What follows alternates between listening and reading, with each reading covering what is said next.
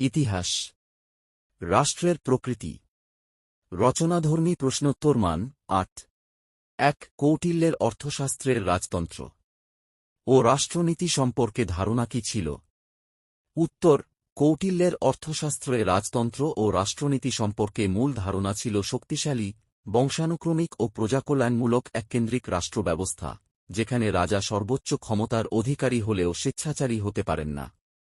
রাজতন্ত্র সম্পর্কে ধারণা: কৌটিল্য শক্তিশালী ও বংশানুক্রমিক রাজতন্ত্রকে সমর্থন করেছেন। তাঁর মতে রাজা উচ্চবংশজাত হলে প্রজার আনুগত্য সহজে অর্জন করা যায়। রাজা রাষ্ট্রের সর্বোচ্চ সার্বভৌম, সামরিক, বেসামরিক শাসন ও বিচার ব্যবস্থার চূড়ান্ত কর্তৃত্ব তার হাতে ন্যস্ত। রাজার কর্তব্য ও প্রজাকল্যাণ: রাজার প্রধান কাজ প্রজাদের জীবন, সম্পত্তি ও সম্মান রক্ষা করা, বহিঃশত্রুর আক্রমণ প্রতিরোধ করা এবং অভ্যন্তরীণ শৃঙ্খলা রক্ষা করা। প্রাকৃতিক দুর্যোগ, দুর্ভিক্ষ, মহামারীর সময় ত্রাণ, বীজ ও সাহায্য প্রদান এবং অসহায়, বৃদ্ধ, বিধবা প্রজার ভরণপোষণকে কৌটিল্য রাজার গুরুত্বপূর্ণ কর্তব্য বলেছেন। রাষ্ট্রনীতি ও কূটনীতি: কৌটিল্য বাস্তববাদী রাষ্ট্রনীতির পক্ষে। রাষ্ট্রের নিরাপত্তার জন্য প্রয়োজন হলে গোপনচর, গুপ্তকৌশল ও কঠোর দণ্ডবিধি ব্যবহারকে তিনি সমর্থন করেন। যুদ্ধকে তিনি শান্তি প্রতিষ্ঠার একটি বৈধ পথ হিসেবে মেনে নেন এবং নৈতিকতার চেয়ে রাষ্ট্রস্বার্থকে অধিক গুরুত্বপূর্ণ মনে করেন। প্রশাসন ও রাজস্ব ব্যবস্থা: কার্যকর রাষ্ট্রশাসনের জন্য সুসংগঠিত প্রশাসন, বিশ্বস্ত কর্মচারী ও শক্তিশালী গুপ্তচর ব্যবস্থার ওপর তিনি জোর দিয়েছেন। রাজকোষ সমৃদ্ধ রাখাকে তিনি অপরিহার্য বলেছেন। খাসজমি, সীতা, প্রজার ফসলের অংশ, ভাগ ও অন্যান্য কর থেকে রাজস্ব সংগ্রহের কথা উল্লেখ করেছেন। ২ অর্থশাস্ত্রের কৌটিল্য বর্ণিত রাষ্ট্রতত্ত্ব বা সপ্তাঙ্গতত্ত্ব আলোচনা কর। উত্তর: কৌটিল্যের অর্থশাস্ত্রে রাষ্ট্রকে জীবন্ত দেহের সঙ্গে তুলনা করে ৭টি মৌলিক অঙ্গ নিয়ে গঠিত এক সামগ্রিক রাষ্ট্রতত্ত্ব দেওয়া হয়েছে, যাকে সপ্তাঙ্গ তত্ত্ব বলা হয়। এই তত্ত্ব অনুযায়ী রাষ্ট্রের শক্তি ও স্থায়িত্ব নির্ভর করে এই ৭ অঙ্গের গুণাগুণ ও পারস্পরিক সামঞ্জস্যের ওপর। সপ্তাঙ্গতত্ত্বের মূল ধারণা: কৌটিল্য রাষ্ট্রকে সপ্তাঙ্গিক রাজ্যম বলেছেন, অর্থাৎ ৭টি অপরিহার্য অঙ্গ নিয়ে গঠিত রাজ্য। এই ৭ অঙ্গ হল স্বামী, রাজা, অমাত্য, মন্ত্রী, জনপদ, দেশ, প্রজা, পুর, দুর্গ, দুর্গনগর, কোষ, অর্থভাণ্ডার, দণ্ড, সেনাশক্তি ও মিত্র, সহযোগী রাষ্ট্র। স্বামী ও অমাত্য: স্বামী বা রাজা রাষ্ট্রের মস্তিষ্ক ও প্রধান অঙ্গ। তিনি ন্যায়পরায়ণ, প্রজাকল্যাণকারী, কৌশলী ও আত্মসংযমী হলে রাষ্ট্র সুস্থ থাকে। অমাত্যরা দক্ষ, বিশ্বস্ত, দেশীয় এবং স্বামীভক্ত হতে হবে। প্রশাসন চালানো, নীতি নির্ধারণ ও রাজের সিদ্ধান্ত বাস্তবায়ন তাদের প্রধান কাজ। জনপদ ও পুর, দুর্গ: জনপদ বলতে উর্বর ভূমি, প্রাকৃতিক সম্পদ সমৃদ্ধ এলাকা ও পরিশ্রমী, অনুগত প্রজাসমাজকে বোঝানো হয়েছে। কৌটিল্য আদর্শ জনপদে নির্দিষ্ট আয়তন ও জনসংখ্যার কথাও বলেছেন। পুর বা দুর্গ রাষ্ট্রের প্রতিরক্ষা কেন্দ্র। তিনি নানা ধরনের দুর্গের, পাহাড়ি, জলদুর্গ ইত্যাদি উল্লেখ করে নিরাপদ ও সুসংগঠিত দুর্গ ব্যবস্থার ওপর জোর দেন।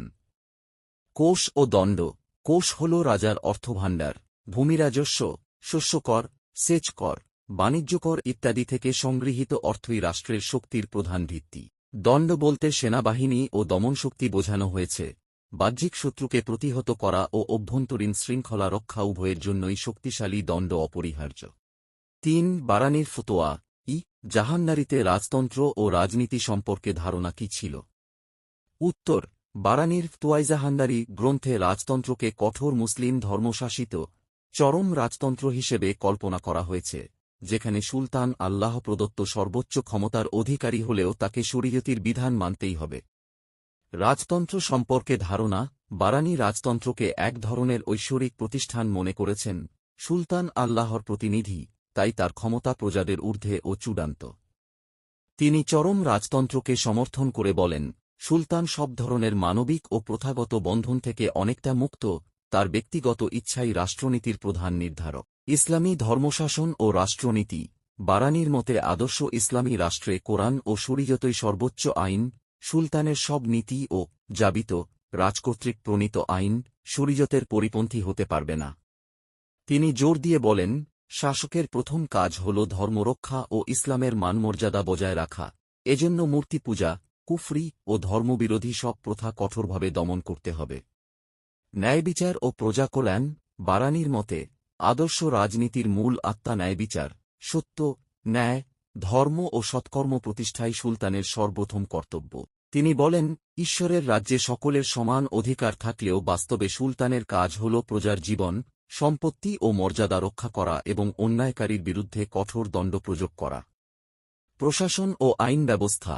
বারানি শক্তিশালী কেন্দ্রীয় শাসন ও সচল প্রশাসনের জন্য সুলতানের অধীনে এক স্থায়ী পরিষদ বা মজলিসি খাস গঠনের কথা বলেন, যেখানে অভিজ্ঞ ও ধর্মনিষ্ঠ অভিজাতরা থাকবেন। রাজকীয় বিধান। জাবিত প্রণয়নের ক্ষেত্রে তিনি শর্ত দেন যে এসব বিধান জনগণ ও অভিজাত শ্রেণীর আনুগত্য বাড়াবে, রাষ্ট্রশৃঙ্খলা রক্ষা করবে এবং সম্ভব হলে খলিফা ও প্রথম যুগের মুসলিম শাসকদের দৃষ্টান্ত অনুসরণ করবে। ৪. জিয়াউদ্দিন বারানি বর্ণিত সুলতানি যুগের নরপতিত্বের আদর্শ কি ছিল?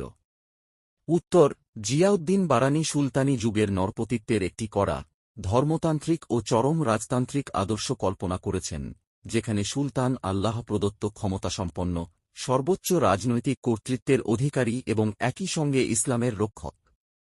ঐশ্বরিক রাজতন্ত্রের ধারণা। বারানির মতে সুলতান জিলুল্লাহ ফিল আরজ, বা পৃথিবীতে আল্লাহর ছায়া, ফলে তার ক্ষমতা প্রজাদের ঊর্ধ্বে ও প্রায় সীমাহীন। আদর্শ নরপতি আল্লাহ প্রদত্ত এই ক্ষমতা ব্যবহার করবেন ইসলাম ও মুসলিম সমাজের রক্ষার জন্য, ব্যক্তিগত ভোগবিলাসের জন্য নয়। বংশকৌলিন্য ও অভিজাতত্ব। বারানি জোর দিয়ে বলেন, সম্রাটের উচ্চ ও বংশানুক্রমিক কৌলিন্য থাকা দরকার। অভিজাত তুর্কি মুসলিম বংশের শাসক প্রজার স্বাভাবিক শ্রদ্ধা ও আনুগত্য সহজে পায়। তিনি নাজবা, মানকা প্রভৃতি নিম্নবর্গীয় বা আজলাফ শ্রেণীর লোককে উচ্চ প্রশাসনিক পদে বসানোর বিরোধিতা করে আশরাফ অভিজাতদের রাজনৈতিক আধিপত্যকে সমর্থন করেন। রাজকীয় মর্যাদা ও আডম্বর। বারানির আদর্শ নরপতি দরবারে অপার জাঁকজমক, আডম্বর ও দূরত্ব বজায় রাখবেন, যাতে প্রজাদের মনে ভজভক্তি ও শ্রদ্ধা সৃষ্টি হয়। তিনি পরামর্শ দেন, রাজার সামনে সভাসদদের নতজানু হওয়া, হাত পা চুম্বন, কঠোর দরবারি শিষ্টাচার ইত্যাদি চালু রাখা উচিত, যাতে সুলতানের মর্যাদা সর্বদা উজ্জ্বল থাকে। ধর্মরক্ষা ও শরীয়ত পালন। আদর্শ নরপতির প্রথম কর্তব্য ইসলাম রক্ষা।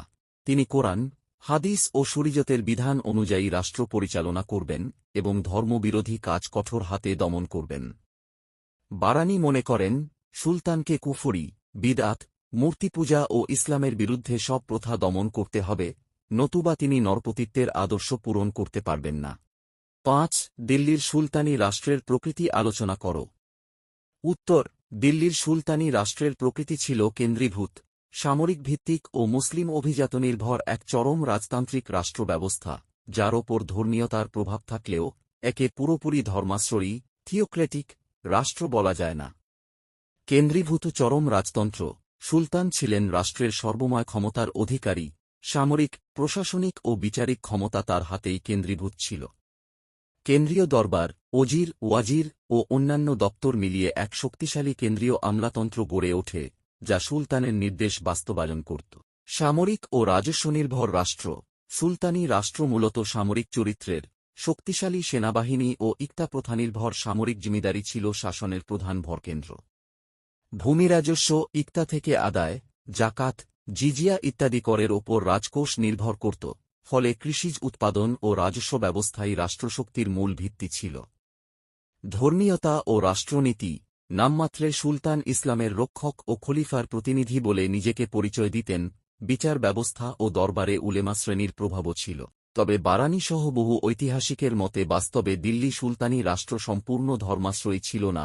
রাষ্ট্রনীতি ও ধর্মনীতি অনেক সময় আলাদা পথে চলেছে, আর রাষ্ট্রের মূল লক্ষ্য ছিল রাজনৈতিক স্থিতি ও শাসক গোষ্ঠীর স্বার্থরক্ষা। সামাজিক অভিজাত চরিত্র। শাসক শ্রেণী ছিল প্রধানত তুর্কি, আফগান প্রভৃতি মুসলিম অভিজাত। তারা প্রশাসন, সেনা ও রাজস্ব ব্যবস্থার প্রায় সব উচ্চ পদ নিজেদের দখলে রেখেছিল। হিন্দু জমিদার, স্থানীয় প্রধান ও রূপান্তরিত মুসলিমদেরও বিভিন্ন স্তরে সহযোগী শক্তি হিসেবে ব্যবহার করা হয়, ফলে রাষ্ট্রের প্রকৃতিতে মিশ্র ও বহুসাংস্কৃতিক চরিত্র গড়ে ওঠে। ৬. প্লেটোর রাষ্ট্রদর্শন সম্পর্কের আলোচনা কর। উত্তর: প্লেটোর রাষ্ট্রদর্শন মূলত ন্যায়নীতি নির্ভর এক আদর্শ রাষ্ট্রের কল্পরূপ, যেখানে মানুষের নৈতিক ও বৌদ্ধিক উন্নতি রাষ্ট্রের প্রধান লক্ষ্য। আদর্শ রাষ্ট্র ও ন্যায়নীতি। প্লেটোর মতে রাষ্ট্র হল ব্যক্তির বৃহৎ রূপ, ব্যক্তির আত্মায় যেমন প্রজ্ঞা, সাহস ও সংগ্রামের সমন্বয়ে ন্যায় প্রতিষ্ঠিত হয়, তেমনি রাষ্ট্রেও প্রতিটি শ্রেণী নিজের কাজ করলে ন্যায় প্রতিষ্ঠিত হয়। ন্যায় মানে কেউ অন্যের কাজ না করা, শাসক শাসন করবে, সৈনিক রক্ষা করবে, উৎপাদক উৎপাদন করবে, এভাবেই সামগ্রিক নৈতিক শৃঙ্খলা ও স্থিতি গড়ে ওঠে। নাগরিকের ৩ শ্রেণী। প্লেটো সমাজকে ৩ শ্রেণীতে ভাগ করেছেন: অভিভাবক, দার্শনিক, শাসক, সাহায্যকারী যোদ্ধা, সেনা এবং উৎপাদক, কৃষক, কারিগর, ব্যবসায়ী ইত্যাদি। অভিভাবক শ্রেণী বুদ্ধি ও নৈতিকতায় শ্রেষ্ঠ, তারা চিন্তা ও শাসন করবে। যোদ্ধা শ্রেণী রাষ্ট্ররক্ষা করবে এবং উৎপাদক শ্রেণী অর্থনৈতিক চাহিদা পূরণ করবে। দার্শনিক রাজা ধারণা। প্লেটোর মতে দার্শনিকরা যখন রাজা হবে বা রাজারা যখন সত্যিকারের দার্শনিক হবে তখনই রাষ্ট্রের ন্যায় প্রতিষ্ঠিত হবে, কারণ সত্য জ্ঞানী ব্যক্তি সবার মঙ্গল কি তা সবচেয়ে ভালো বোঝে। দার্শনিক রাজাকে দীর্ঘ শিক্ষার মাধ্যমে সত্য সুন্দর কল্যাণের জ্ঞান অর্জন করতে হবে, ব্যক্তিস্বার্থ ছেড়ে সার্বজনীন কল্যাণে নিজেকে নিয়োজিত করতে হবে। সাম্যবাদ ও পরিবার সম্পত্তি ভাবনা। প্লেটো শাসক ও যোদ্ধা শ্রেণীর জন্য এক ধরনের সাম্যবাদ কল্পনা করেছিলেন, তাদের ব্যক্তিগত সম্পত্তি ও ব্যক্তিগত পরিবার থাকবে না, সবকিছু সমভোগ নীতিতে চলবে। উদ্দেশ্য ছিল সম্পত্তি ও আত্মীয়তার স্বার্থ থেকে মুক্ত রেখে শাসকদের সম্পূর্ণ নিরপেক্ষ ও পক্ষপাতহীন রাখা, যাতে তারা শুধু রাষ্ট্রের মঙ্গল চিন্তা করে। ৭. অ্যারিস্টটলের রাষ্ট্রচিন্তার সংক্ষিপ্ত পরিচয় দাও। উত্তর: অ্যারিস্টটলের রাষ্ট্রচিন্তা সংক্ষেপে বলতে গেলে এটি বাস্তববাদী, নৈতিকতানির্ভর ও অভিজ্ঞতাভিত্তিক রাষ্ট্রদর্শন, যেখানে রাষ্ট্রকে স্বাভাবিক ও সর্বোচ্চ মানবিক সংগঠন হিসেবে দেখা হয়েছে। রাষ্ট্রের প্রকৃতি ও উৎপত্তি। অ্যারিস্টটল রাষ্ট্রকে স্বাভাবিক প্রতিষ্ঠান বলেছেন। পরিবার, গ্রাম, নগর, রাষ্ট্র, এই স্বাভাবিক বিকাশের মধ্য দিয়ে রাষ্ট্র গড়ে ওঠে, কোনো কৃত্রিম চুক্তির মাধ্যমে নয়। মানুষ ও রাষ্ট্র। তাঁর বিখ্যাত ধারণা, মানুষ স্বভাবতই একটি রাজনৈতিক প্রাণী, পলিটিক্যাল অ্যানিমাল, অর্থাৎ মানুষের পূর্ণতা কেবল রাষ্ট্র সমাজের মধ্যেই সম্ভব। ব্যক্তির চেয়ে রাষ্ট্রকে তিনি অগ্রগণ্য মনে করেছেন, কারণ রাষ্ট্রই ব্যক্তিকে নিরাপত্তা, নৈতিক শিক্ষা ও ভালো জীবন যাপনের পরিবেশ দেয়। রাষ্ট্রের উদ্দেশ্য, রাষ্ট্রের লক্ষ্য শুধু বেঁচে থাকা নয়, বরং ভালোভাবে বাঁচা, তাই নৈতিকতা, সদ্গুণ, ভার্চু ও যুক্তিনির্ভর জীবনকে তিনি গুরুত্ব দেন। রাষ্ট্রকে তিনি শিক্ষা, নৈতিক অনুশীলন, আইন ও সংবিধানের মাধ্যমে নাগরিককে গুণী ও সুশাসিত মানুষ করে তোলার দায়িত্ব দিয়েছেন। সংবিধান ও শাসন ব্যবস্থা। অ্যারিস্টটল সংবিধানকে রাষ্ট্রের আত্মা বলেছেন, যা নির্ধারণ করে কে শাসন করবে এবং কিভাবে শাসন হবে। বিকৃত রূপ: স্বৈরতন্ত্র, অলিগার্কি, ধনিক অল্পসংখ্যকের শাসন, প্রাচীন অর্থে গণতন্ত্র, গরিব বহুজনের নিজস্ব স্বার্থমূলক শাসন। ৮. স্টোয়িক বা নির্বিকারবাদী দর্শনের পরিচয় দাও। স্টোয়িক বিশ্বরাষ্ট্রের বৈশিষ্ট্যগুলি কিরূপ ছিল? উত্তর: স্টোয়িক বা নির্বিকারবাদী দর্শন প্রাচীন গ্রিক রোমান দর্শনের একটি গুরুত্বপূর্ণ ধারা, যা জীবনের কষ্ট সহ্য করা, আত্মনিয়ন্ত্রণ এবং প্রকৃতির নিয়ম মেনে চলার উপর জোর দেয়। স্টোয়িক দর্শনের পরিচয়। স্টোয়িক দর্শনের প্রতিষ্ঠাতা ছিলেন জেনো অফ সিটিয়াম, খ্রিস্টপূর্ব ৩৪০-২৬৫, যিনি এথেন্সের স্তোয়া অর্থাৎ চত্বর নামক স্থানে শিক্ষাদান করতেন বলে এই নাম। এই দর্শন ৩টি অংশে বিভক্ত: পদার্থবিদ্যা, বিশ্বের গঠন, যুক্তিবিদ্যা, জ্ঞানের উৎস, এবং নৈতিকতা, জীবনের আদর্শ। স্টোয়িকরা বিশ্বাস করতেন যে লোগোস, সার্বজনীন যুক্তি বা ঈশ্বর, বিশ্বকে নিয়ন্ত্রণ করে এবং মানুষকে এই যুক্তির সাথে সমন্বয় সাধন করতে হবে। স্টোয়িক বিশ্বরাষ্ট্রের বৈশিষ্ট্য। স্টোয়িক বিশ্বরাষ্ট্র, কসমোপলিস বা বিশ্বনাগরিকত্ব, ছিল একটি আদর্শিক ধারণা, যেখানে সকল মানুষ একটি সর্বজনীন রাষ্ট্রের নাগরিক। সমতা ও ভ্রাতৃত্ব। জাতি, ধর্ম, দেশ নির্বিশেষে সকলে একই প্রজ্ঞা ও বিশ্বাত্মার অংশ, তাই সকলের সমান অধিকার। প্রাকৃতিক আইন। একমাত্র আইন হল প্রকৃতির চিরন্তন নিয়ম, লোগোস, রাষ্ট্রীয় সীমানা অস্বীকার করে বিশ্বজনীন নৈতিকতা প্রতিষ্ঠা। কর্তব্যপরায়ণতা। ব্যক্তিগত স্বার্থের পরিবর্তে সর্বজনীন মঙ্গলের জন্য আত্মোৎসর্গ এবং শত্রুদের প্রতিও সুবিচার। এই ধারণা রোমান সাম্রাজ্যের আন্তর্জাতিক পরিবেশে প্রভাব বিস্তার করে এবং পরবর্তীকালে খ্রিস্টান ও আধুনিক মানবতাবাদকে প্রভাবিত করে। ৯. সেনেকার রাষ্ট্রচিন্তা বা রাষ্ট্রদর্শন সম্পর্কে সংক্ষেপে আলোচনা করো। উত্তর: সেনেকা, ওসিয়ানিয়াস সেনেকা, ছিলেন রোমান স্টোয়িক দার্শনিক, রাষ্ট্রনায়ক ও লেখক, যার রাষ্ট্রচিন্তার মূল কেন্দ্রবিন্দু ছিল নৈতিকতা, যুক্তি ও মানব কল্যাণ। তাঁর রাষ্ট্রদর্শনে বাহ্যিক শক্তি নয়, বরং শাসকের চরিত্র ও ন্যায়বোধকে বেশি গুরুত্ব দেওয়া হয়েছে। রাষ্ট্র ও মানব কল্যাণ। সেনেকা রাষ্ট্রকে এমন এক বৃহৎ সমাজ বা জনরাষ্ট্র হিসেবে ভাবতেন, যার উদ্দেশ্য মানুষের নৈতিক ও বস্তুগত কল্যাণ সাধন। দুর্নীতিগ্রস্ত ও বিশৃঙ্খল জনগোষ্ঠী তাঁর অপছন্দ ছিল, তাই তিনি শৃঙ্খলা, আত্মসংযম ও নৈতিক জীবনকে সুস্থ রাষ্ট্রের ভিত্তি মনে করতেন। নৈতিকতা ও শাসক। সেনেকার মতে শাসককে দার্শনিক স্বভাবের হতে হবে, অর্থাৎ যুক্তিবাদী, সংযমী ও ন্যায়পরায়ণ। শাসকের ব্যক্তিগত গুণই রাষ্ট্রের গুণ নির্ধারণ করে। তিনি নিষ্ঠুরতা, স্বেচ্ছাচারিতা ও বিলাসিতার বিরোধিতা করে করুণা, দয়া ও সুবিচারকে উত্তম শাসনের অপরিহার্য শর্ত বলেন। বিশ্বনাগরিকতা ও প্রাকৃতিক আইন। স্টোয়িক প্রভাবের ফলে সেনেকা বিশ্বকে এক সর্বজনীন রাষ্ট্র হিসেবে দেখেন, যেখানে সব মানুষ সমান মর্যাদার অধিকারী বিশ্বনাগরিক। মানুষের উপর প্রাকৃতিক আইন বা লোগোসের কর্তৃত্ব তিনি স্বীকার করেন। এই সার্বজনীন নৈতিক আইনই ন্যায়ভিত্তিক রাষ্ট্রের আসল ভিত্তি। দাসপ্রথা ও সমতার ভাবনা। দাস ও প্রভুকে একই মানব সমাজের সদস্য মনে করে তিনি দাসদের প্রতিও মানবিক আচরণ ও নৈতিক দায়িত্বের কথা বলেন, যা সমতার ধারণাকে জোরদার করে। এই দৃষ্টিভঙ্গি পরবর্তী মানবতাবাদী ও নৈতিক রাষ্ট্রচিন্তায় প্রভাব ফেলেছে বলে ধরা হয়। 10. সিসেরোর রাষ্ট্রদর্শন সম্পর্কে সংক্ষেপে আলোচনা কর। উত্তর: সিসেরো প্রাচীন রোমের একজন প্রখ্যাত রাষ্ট্রচিন্তাবিদ, যিনি স্টোয়িক দর্শনের প্রভাবে নৈতিকতা ও ন্যায়ভিত্তিক রাষ্ট্রতত্ত্ব প্রণয়ন করেন। তাঁর চিন্তা প্রধানত ডি রিপাবলিকা গ্রন্থে প্রকাশ পেয়েছে, যেখানে রাষ্ট্রকে জনগণের সম্পত্তি রাস পাবলিকা হিসেবে দেখা হয়েছে। রাষ্ট্রের সংজ্ঞা ও উৎপত্তি। সিসেরো রাষ্ট্রকে জনগণের কল্যাণমুখী সংগঠন বলে সংজ্ঞায়িত করেন, যা বিবর্তনের মাধ্যমে মানুষের প্রয়োজনে গড়ে ওঠে। তিনি ন্যায়বিচার ও আইনের প্রতি আনুগত্যকে রাষ্ট্রের মূল ভিত্তি মনে করতেন। রাষ্ট্রের উদ্দেশ্য হল সকলের কল্যাণ সাধন এবং সাম্য প্রতিষ্ঠা। আইনের তত্ত্ব। সিসেরো দুই ধরনের আইনের কথা বলেন: প্রাকৃতিক আইন, সর্বজনীন, চিরন্তন, যুক্তিনির্ভর, এবং রাষ্ট্রীয় আইন, মানুষনির্মিত, কল্যাণমুখী। প্রাকৃতিক আইনই সর্বোচ্চ, যা রাষ্ট্রীয় আইনকে নির্দেশিত করে এবং ন্যায়বিচারের ভিত্তি। এই আইনের অভাবে সমাজে বিশৃঙ্খলা দেখা দেয়। শাসন ব্যবস্থা। তিনি 3 প্রকার শাসন চিহ্নিত করেন: রাজতন্ত্র, অভিজাততন্ত্র এবং গণতন্ত্র। আদর্শ রাষ্ট্রের জন্য মিশ্র সরকারের পক্ষে যুক্তি দেন, যেমন রোমান সংবিধান, যাতে ভারসাম্য ও নিয়ন্ত্রণ বজায় থাকে। এতে কোনো এক শাসনের ত্রুটি এড়ানো যায়। বিশ্বনাগরিকত্ব। স্টোয়িক প্রভাবে সিসেরো বিশ্বকে এক রাষ্ট্র হিসেবে কল্পনা করেন, যেখানে সকলে প্রাকৃতিক আইনের অধীন সমান অধিকার ভোগ করে। এটি জাতিধর্ম নির্বিশেষে সাম্য ও ভ্রাতৃত্বের ধারণা প্রতিষ্ঠা করে। 11. টমাস ক্রোমওয়েলের সংস্কারগুলি সম্পর্কে যা জানো লেখো। উত্তর: টমাস ক্রোমওয়েল ছিলেন ইংল্যান্ডের রাজা অষ্টম হেনরির প্রধানমন্ত্রী, যিনি টিউডার রাজতন্ত্রের সময় ধর্মীয়, প্রশাসনিক ও অর্থনৈতিক সংস্কারের মাধ্যমে রাজশক্তি কেন্দ্রীভূত করেন। ধর্মীয় সংস্কার।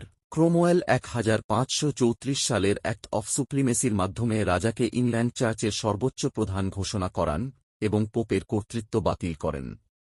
তিনি ভাইকার জেনারেল হিসেবে মঠগুলির সম্পত্তি মূল্যায়ন করে 1536-39 সালে প্রথম ও দ্বিতীয় ডিসোলিউশন অ্যাক্ট পাস করান, যাতে মঠসমূহ উচ্ছেদ করে তাদের সম্পদ রাজকোষে আনেন।